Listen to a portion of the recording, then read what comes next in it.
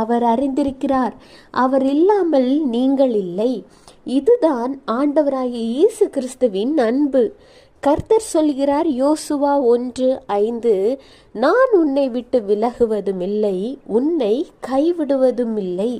இப்படிப்பட்ட ஒரு அன்பை இவ்வளவு நாள் உணர்வடையாம காலத்தை வீணடித்து விட்டீங்களே.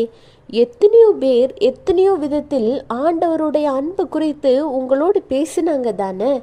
இனிமேலாவது உணர்வடைந்து அவருடைய அன்பிற்கு பதிலாக அவருடைய வார்த்தைகளுக்கு கீழ்ப்படிந்து பரிசுத்தமாய் வாழுங்கள். ஆண்டவராகிய இயேசு கிறிஸ்துவை உங்கள் சொந்த இரட்சகராக ஏற்றுக்கொள்ளுங்கள்.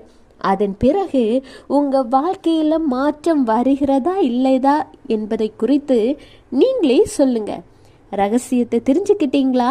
ஆண்டவருடைய அன்பை ஏற்றுக்கொள்ளுங்க. Have a blessed day. Jesus bless you.